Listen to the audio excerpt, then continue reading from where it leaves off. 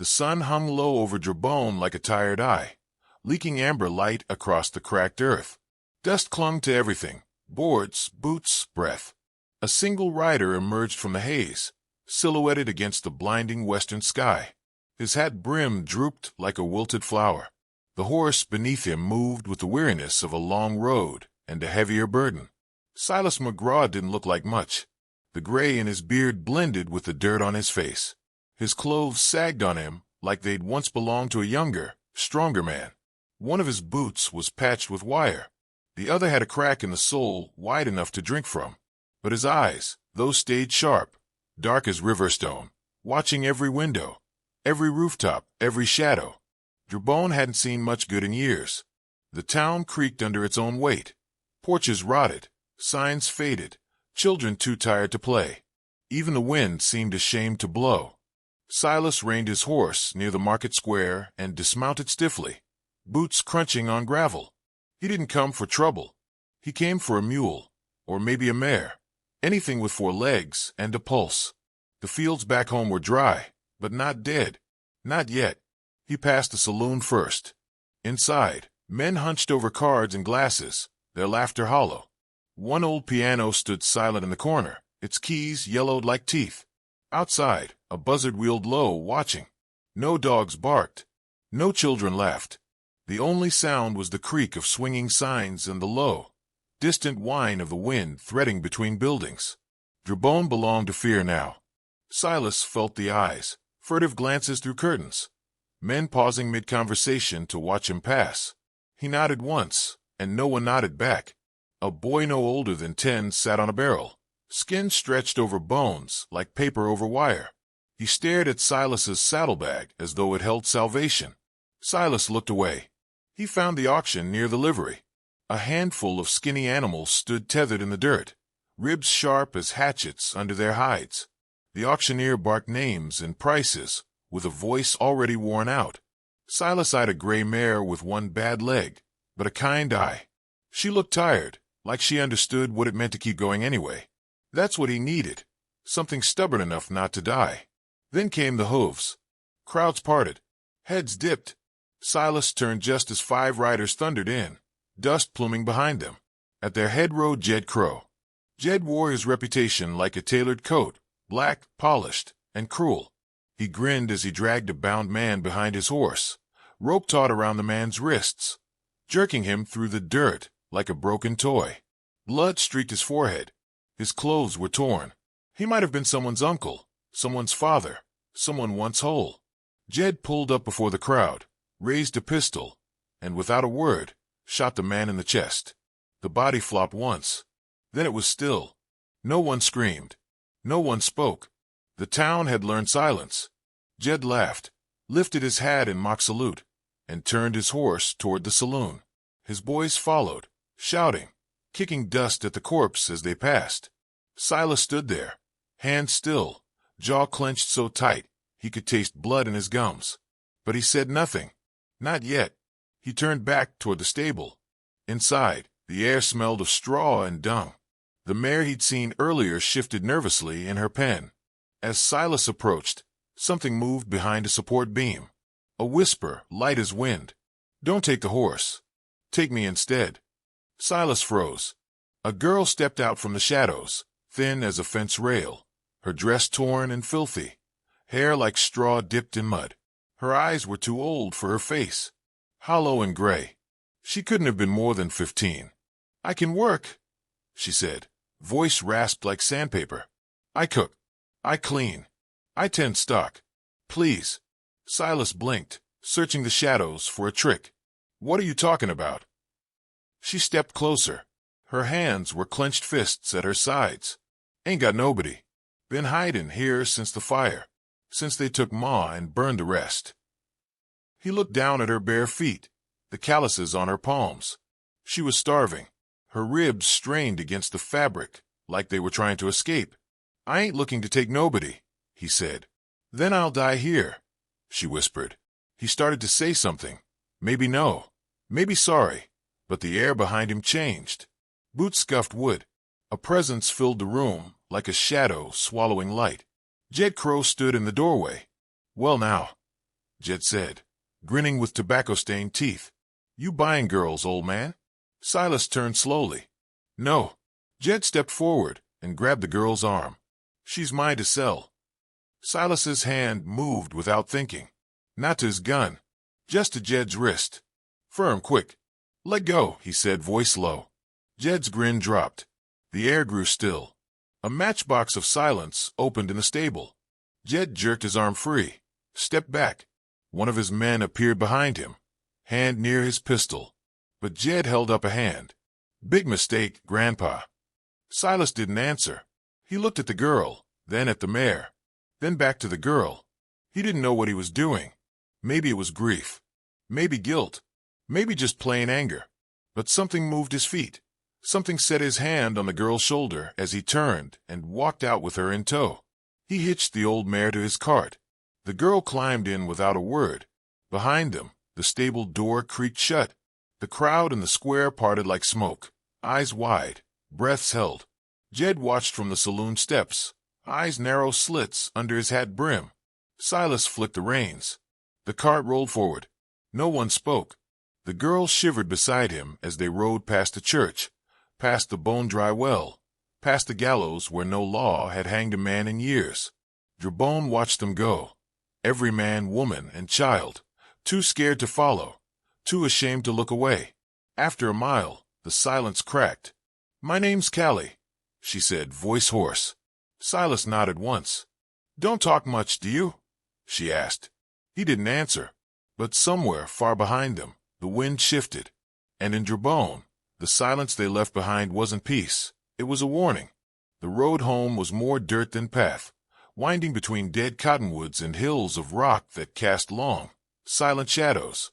The old cart creaked under the weight of two lives scraped thin by loss. Silas didn't speak, and Callie didn't press him. The girl sat beside him, blanket drawn to her chin, eyes watching the land with the caution of something feral just beginning to trust. The ranch came into view just as dusk bled into the valley. A crooked fence ringed the place, patched with rusted wire and prayer. The house was 1 room wide and 2 windows shy of whole. One shutter hung loose. The barn leaned left, and the windmill spun slow and wheezing like a dying breath. But to Callie, it looked like something solid in a world that had lost its shape. She worked the moment her boots hit dirt. There were eggs to gather, water to haul, and a hen with a crooked leg that needed her company. She swept the floor with a bundle of dead grass tied with string. By evening, she'd made soup from dry beans and wild onions, served in chip bowls that hadn't been touched since Silas's last goodbye. He watched her quietly. She didn't ask why the rocking chair was always turned to face the window. She didn't ask about the portrait of a woman and boy tucked in the cracked frame on the mantel. She just moved, worked, and lit candles when the light got low.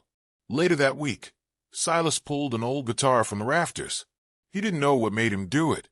Maybe it was the way the place felt less like a tomb, with Callie humming in the kitchen. He played a slow tune, fingers rusty but remembering, as Callie sat cross-legged on the porch, listening like it mattered. He never told her what he used to be, but the nights began to whisper it back to him in dreams. A flash of blue coat, musket smoke, a boy's face folded in shock just before the bullet hit. He'd been fast, too fast. They called him the Butcher's Eye once. That was a lifetime ago, sealed away like poison under floorboards. The quiet didn't last.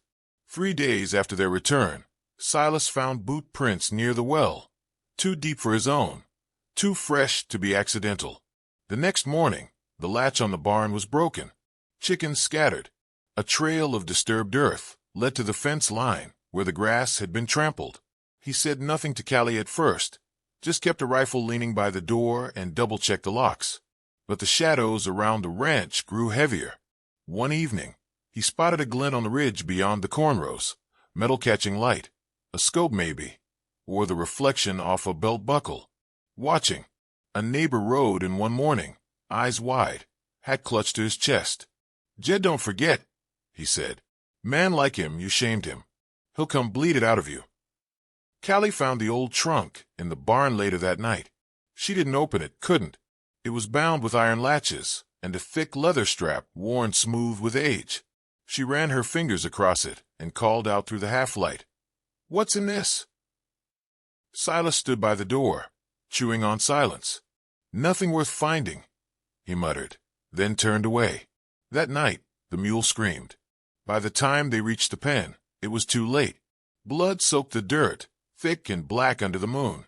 On the fence, scrawled in something crimson, were the words, "You owe Jed." Callie stood trembling, fists balled. Silas paced once, twice, then exhaled through his teeth. "We leave tomorrow. I'll take you to the next territory. Find somewhere quiet." She didn't answer. He turned to her, saw the wetness on her cheeks, but not fear. "This is the first place that feels like home," she said. "I'd rather fight than run." The wind picked up.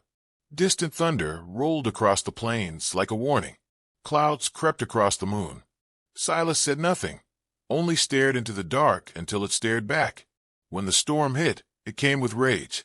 Rain battered the roof, and lightning carved white scars across the sky. Inside, by the hearth, Callie sat with knees drawn up, shivering not from cold, but from something deeper. Silas handed her a blanket, then sat across from her, firelight dancing between them. "I lied to you," she said, voice flat. "I wasn't just hiding in that stable." He watched her carefully. "I was one of them, not by choice. Jed, he took me after they burned my town. I served in his house, scrubbed floors, fed dogs better than he fed me. I saw what they did, how they laughed after dragging women into the barn. I watched my brother beg, and when he fought back, they made me watch what was left of him burn." Silas felt something hollow in his gut open again. Callie pulled back her sleeve. A raw, twisted scar glared from her shoulder. "He branded me. Like cattle." The room filled with the sound of rain on tin and the low growl of wind under the door. "I want him dead." Silas stared into the fire for a long time. When he stood, he didn't speak. Just walked to the barn, returned with a ring of old keys, and opened the trunk. Inside lay 2 revolvers wrapped in cloth, a long-barreled rifle, and a silver badge dulled by time. He picked it up, turned it over once in his palm, then handed it to her. "If we do this," he said, "there's no going back." For the next week, the land bore witness to transformation.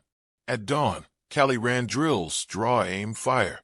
Her hands blistered, her arms ached, but she didn't quit. Silas taught her the way he'd once taught soldiers younger than her: how to steady breath, how to move without noise, how to see a threat before it showed its teeth. They practiced behind the barn, bottles lined on fences, tin cans spinning in the air. She missed at first, then less, then never. Between training, they shared stories. She spoke of her brother, how he used to carve animals from wood. Silas told her about the war, about the man he'd shot, who dropped his rifle and wept before the trigger squeezed. How that image never left, even after the medal. At night, Silas sat by candlelight, writing letters he never mailed. He folded each one carefully and placed it in a box beside a faded photograph of a boy with wild hair and a gap-toothed smile. Sometimes Callie found him strumming the guitar again, lost in chords that sounded like memories. She'd hum along, out of tune, but honest. They weren't family. Not really. But some days, it felt close enough to hurt. The air grew colder. Leaves curled brown at the edges. The birds stopped singing. Callie stood one morning in front of the mirror, adjusting the gun belt on her hips. Her face had changed, sharper now, eyes steeled. Silas watched her from the doorway. "You don't have to be like me," he said. She met his gaze. "I don't want to be like you," she said. "I want to be what stops him." By noon, the horses were saddled. They wore dusters pulled low, weapons hidden under coats, stitched with extra bullets. Silas checked the rifle once more. Callie secured the badge inside her shirt, close to her heart. They rode into the wind, clouds churning overhead like a sky set to boil. The town of Drabone waited ahead, smothered in silence and shadow. Behind them, the ranch stood still. Not empty, just quieter. As they crested the ridge, thunder growled. The storm had finally come. They rode into Drabone like ghosts walking through the wreckage of their own memories. The sun hung low and red in the sky, bleeding light onto the town's broken bones. No dogs barked. No birds sang. Doors creaked closed as hooves clopped slowly down Main Street. A wind blew from the east, hot and dry, carrying the scent of something coming undone. Silas dismounted first. His boots hit the dirt with finality. Callie followed, coat buttoned high, hat pulled low. Her eyes scanned every rooftop, every alleyway. She moved like a shadow stitched to her mentor's side, her hand brushing the grip of her pistol with the silent rhythm of someone ready to die, but hoping not to. They pushed through the saloon doors like two sparks seeking oil. Inside, the room was thick with smoke and sweat, laughter curling up from mouths too drunk to care and eyes too blind to see what was walking toward them. The gang was there, the crows, scattered across tables, cards in hands, guns within reach. At the center sat Jed Crow, boots propped on a table, bottle in hand, smile stretched wide and hungry. "Well, look what the vultures dragged back," Jed said, rising with a lazy tilt. "Come to die in front of everyone, or just say goodbye." Silas didn't blink. "I came to show these folks the gate's been open all along." Jed squinted. "What? You've kept them afraid. Kept them small. But they're not your prisoners. Not anymore." He turned to the room. "You all think you're living, but you're just surviving in the shadow of cowards." The saloon went still. A chair scraped. A glass tipped over. Then, like a match to dry brush, it happened. Jed's hand moved, but Silas was already in motion. The revolver flared once, twice. Two crows dropped where they sat, cards still fluttering from their hands like falling leaves. Screams erupted. Guns fired wild. Tables overturned. One man rushed at Callie. She kicked him square in the chest and rolled under a table, drawing fire away from Silas. She lit the lantern with one swift motion and threw it hard. It shattered against the wall, flames licking upward instantly. The fire spread fast, dancing along the wood beams like it had been waiting years for permission. Townfolk fled. The chaos rolled out into the street. Some of Jed's men scrambled for the door, choking on smoke and fear. Others fell, coughing blood into the dirt. Jed staggered back, eyes wide. He made for the rear exit, pushing through the kitchen as the fire chased him.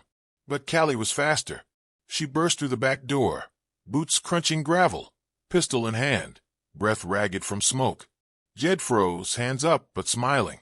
Always smiling. "You think you're a killer, little girl," he sneered. "You think you're not just another scared animal pretending to growl."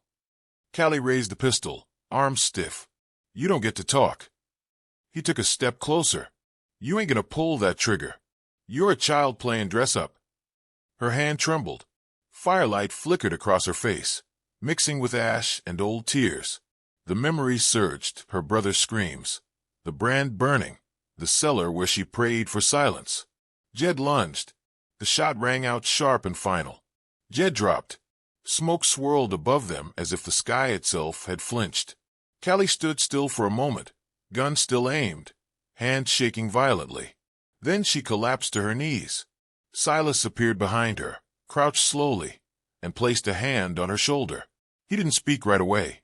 When he did, his voice was soft. "You ended it, but don't let this be all you are." The flames roared behind them, devouring wood and memory. They walked away as the saloon crumbled into a glowing grave behind them. No cheers.